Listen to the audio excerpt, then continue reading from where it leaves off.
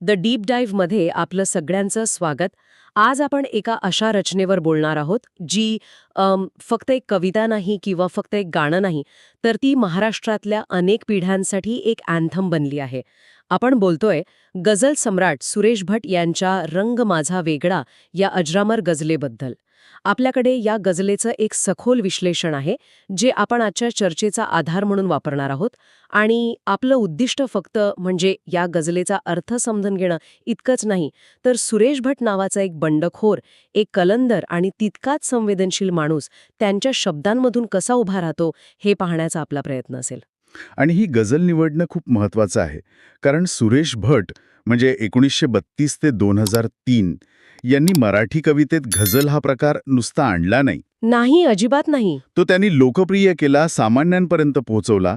त्यांच्या लिखाणात एक प्रकारचा संताप आहे, एक चीड आहे व्यवस्थेविरुद्धची. हो. आणि रंग माझा वेगळा ही त्या संतापाची, त्या वेगळेपणाची जणू काही ओळख परेड आहे. वा, ओळख परेड हा शब्द खूप छान वापरलात, कारण सुरुवातच तशी आहे की नाही. बरोबर. रंगुनी रंगांत साऱ्या रंग माझा वेगळा, गुंतुनी गुंत्यांत साऱ्या पाय माझा मोकळा. म्हणजे मी जगात आहे, सगळ्यांमध्ये मिसळले आहे, हो. पण तरीही मी वेगळी आहे. बरोबर. गुंतले पण अडकलेली नाही. हे जे विधान आहे, यात एक आत्मविश्वास आहे, एक बंडखोरी आहे. अगदी. हा निव्वळ वेगळेपणा नाही, तर हा जाणीवपूर्वक जपलेला वेगळेपणा आहे. इथे कवी म्हणतोय की मी समाजाच्या सगळ्या रंगांमध्ये रंगलो आहे. हो. म्हणजे मी काही संन्यासी किंवा समाजापासून तुटलेला माणूस नाहीये. मी तुमच्यातलाच एक आहे.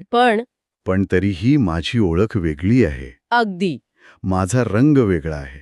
आणि दुसरी ओळ तर गुंतुनी गुंत्यांत साऱ्या पाय माझा मोकळा. ही तर त्यांच्या व्यक्तिमत्वाचं सार सांगते. व्यवहारात, नात्यांमध्ये, संघर्षांमध्ये ते पूर्णपणे सामील आहेत, पण तरीही त्यांचं मन, त्यांची आत्मा कोणत्याही पाशात अडकलेली नाहीये. ते मनाने मुक्त आहेत. आणि मला वाटतं हाच त्यांच्या कलंदर स्वभावाचा पाया आहे.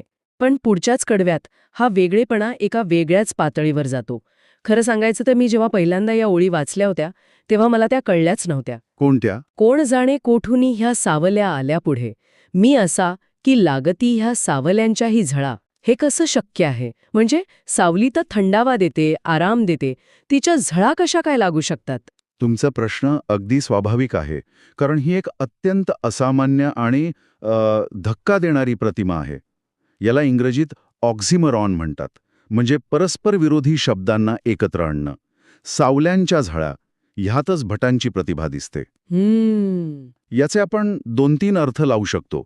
पहिला, सरळ अर्थ म्हणजे जिथे इतरांना दिलासा मिळतो, सुख मिळतं, त्या गोष्टींमधूनही या माणसाला वेदनाच मिळतात.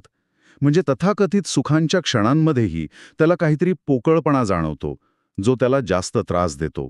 अच्छा, म्हणजे एखाद्या पार्टीत सगळे आनंदात आहेत, पण पण या व्यक्तीला तिथला खोटेपणा बघून जास्त त्रास होतोय, असं काहीसं? अगदी तसंच. आणि दुसरा अर्थ थोडा अधिक खोल आहे.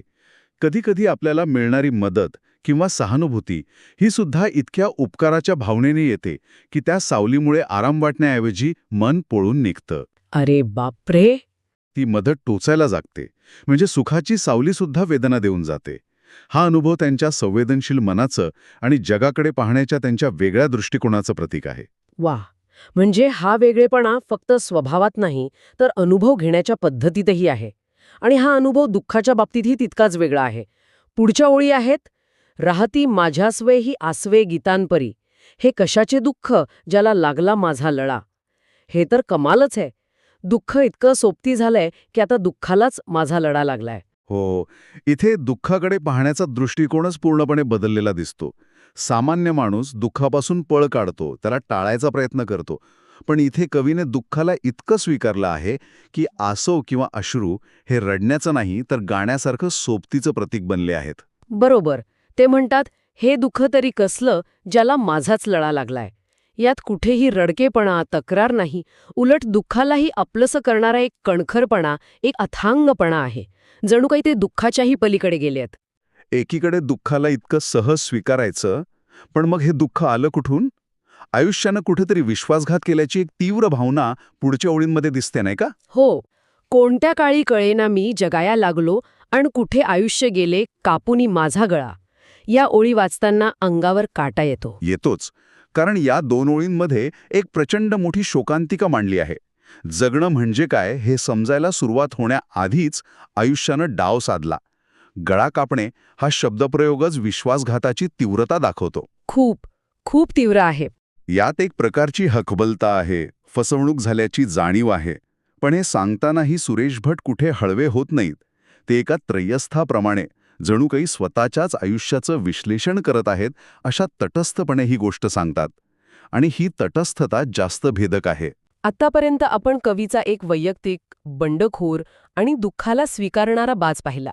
पण इथून पुढे ही गझल एक असं वळण घेते जिथे वैयक्तिक दुःख आणि बंडखोरी एका मोठ्या सामाजिक जाणीवेशी जोडली जाते. आणि मग येतात त्या ओळी ज्या माझ्या मते या गझलेचा आत्मा आहेत. माणसांच्या मध्यरात्री हिंडणारा सूर्य मी, माझी यासाठी न माझा पेटण्याचा सोहळा. काय प्रतिमा आहे ही! माणसांची मध्यरात्र आणि त्यात फिरणारा सूर्य. ही एकच ओळ, खरं तर ही एकच ओळ सुरेश भट यांची ओळख सांगायला पुरेशी आहे. ही गझलेतील केवळ एक प्रतिमा नाही, तर ते त्यांच्या संपूर्ण आयुष्याच्या कार्याचं आणि विचारांचं सार आहे. माणसांची मध्यरात्र म्हणजे काय नक्की? तर समाजात जे लोक दुःख, अन्याय, दारिद्र्य आणि नैराश्याच्या अंधारात जगतायत, ओके. ज्यांचं आयुष्यच एक काळी रात्र बनलं आहे, ती मध्यरात्र. आणि अशा लोकांसाठी मी कोण आहे? तर सूर्य. त्यांच्या आयुष्यात आशेचा, विचारांचा आणि संघर्षाचा प्रकाश घेऊन येणारा सूर्य. आणि हे फक्त एक काव्यात्मक विधान नाही, बरोबर? कारण सुरेश भट स्वतः एक पत्रकार होते. त्यांच्या लिखाणात, त्यांच्या जगण्यात ही भूमिका दिसते. अगदी बरोबर. आपण हे त्या काळाच्या संदर्भात पाहिलं पाहिजे. 70च्या दशकातला तो काळ होता. महाराष्ट्रात दलित पॅंथरसारख्या चळवळी जोर धरत होत्या. एक प्रकारची सामाजिक आणि राजकीय अस्वस्थता होती. हो, होती. भटांनी त्यांच्या लेखणीतून अनेकदा प्रस्थापितांच्या विरोधात आवाज उठवला.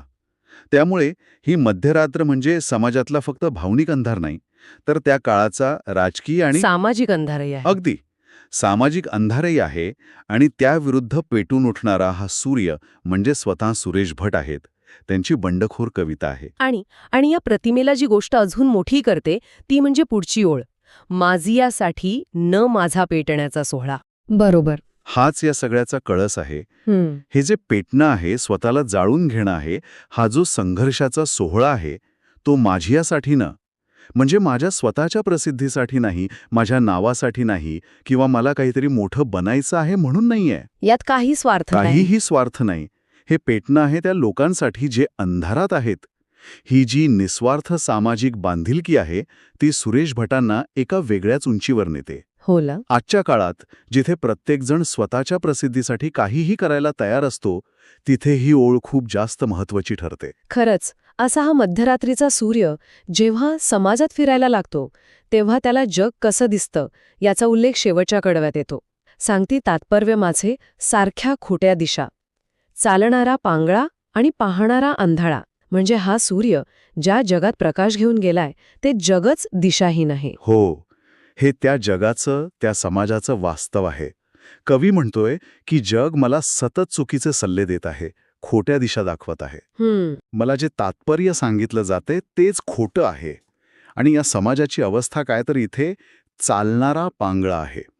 म्हणजे ज्यांच्यावर कृती करण्याची, समाजाला पुढे नेण्याची जबाबदारी आहे, तेच अक्षम आहेत. आणि पाहणारा अंधळा आहे. हो, आणि पाहणारा अंधळा आहे म्हणजे जे विचारवंत आहेत, जे दिशा दाखवणारे आहेत, ते स्वतःच अज्ञानी आहेत, त्यांनाच काही दिसत नाहीये. इथं समाजाच्या मूल्यहीनतेवर केलेली खूप थेट आणि बोचरी टीका आहे. हो, ही अत्यंत कठोर टीका आहे.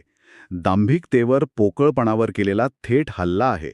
आणि म्हणूनच या सूर्याचं काम किती कठीण आहे हे आपल्याला या शेवटच्या कडव्यातून कळतं. त्याला अशा जगात प्रकाश द्यायचा आहे जिथे लोकांना प्रकाशाचं महत्त्वच कळत नाहीये. आता आपण या गझलेच्या कलात्मक बाजूवर थोडं बोलूया का? कारण आशय जितका प्रभावी आहे, तितकीच तिची रचनाही सुंदर आहे. सावल्यांच्या झळा, मध्यरात्रीचा सूर्य या प्रतिमा तर आहेतच, पण या गझलेत एक संगीत आहे, एक नाद आहे. नक्कीच. ही गझल इतकी लोकप्रिय होण्यामागे तिची गेयता, तिची म्युझिकॅलिटी हे एक खूप मोठं कारण आहे. सुरेश भटांना शब्दांमधला नाद अचूक सापडायचा. वेगळा मोकळा, पुढे झळा, गीतांपरी लळा, हे जे यमक आहेत म्हणजे काफिया, हो, ते इतके सहज येतात की कविता वाचताना ही एक लय जाणवते. आणि याचमुळे संगीतकारांना ती अधिक भावली असावी. हृदयनाथ मंगेशकरांनी या गझलेला चाल लावली आणि ती घराघरात पोहोचली. त्या संगीताने या शब्दांमधला जो बंडखोर आणि तरीही उदास सूर आहे तो अधिक गडद केला असं मला वाटतं. अगदी बरोबर. संगीतामुळे यातील भावना अधिक तीव्रतेने पोचल्या. शब्दांमधला संताप, वेदना आणि कारुण्य सगळं संगीतामुळे जिवंत झालं. मी जेव्हा पहिल्यांदा ही गझल ऐकली होती तेव्हा मी कॉलेजमध्ये होतो आणि रंग माझा वेगळा ही ओळ आमच्या पिढीसाठी एक ओळख बनली होती. खरंच? हो, व्यवस्थेबद्दल मनात राग असलेल्या प्रत्येक तरुणाला वाटायचं की हे माझ्यासाठीच लिहिलं आहे. हीच सुरेश भट यांच्या शब्दांची आणि त्या संगीताची ताकद आहे. चला तर मग या सगळ्या चर्चेला आपण एकत्र बांधूया. रंग माझा वेगळा ही केवळ एका माणसाच्या वैयक्तिक भावना व्यक्त करणारी गझल नाही. नाही. ती एका बंडखोर, जगावेगळ्या व्यक्तिमत्वाची ओळख आहे, जो दुःखालाही आपलंसं करतो आणि शेवटी स्वतःच्या वैयक्तिक वेदनांच्या पलीकडे जाऊन समाजाच्या अंधाराशी लढायला एका सूर्याप्रमाणे उभा राहतो. अगदी बरोबर. या गझलेतून आपण सुरेश भट यांच्या व्यक्तिमत्वाचा प्रवास पाहतो. स्वतःच्या वेगळेपणाच्या अभिमानापासून ते समाजाप्रती असलेल्या करुणेपर्यंतचा प्रवास. आणि हे सगळं ते अत्यंत प्रभावी, धारदार आणि तरीही गेय शब्दांत मांडतात. म्हणूनच ती आजही तितकीच ताजी आणि महत्वाची वाटते. आणि जाता जाता ऐकणाऱ्यांसाठी एक विचार सोडून जाते. माझियासाठी न माझा पेटण्याचा सोहळा. ही कल्पना आजच्या जगात किती महत्वाची आहे नाही का? जिथे प्रत्येक कृतीमागे माझा काय फायदा किंवा मला किती प्रसिद्धी मिळेल हा विचार असतो, त्या जगात कोणत्याही कौतुकाची किंवा ओळखीची अपेक्षा न ठेवता दुसऱ्यांच्या आयुष्यात प्रकाश देणारा मध्यरात्रीचा सूर्य होण्याचा खरा अर्थ काय असू शकतो यावर विचार करायला हरकत नाही.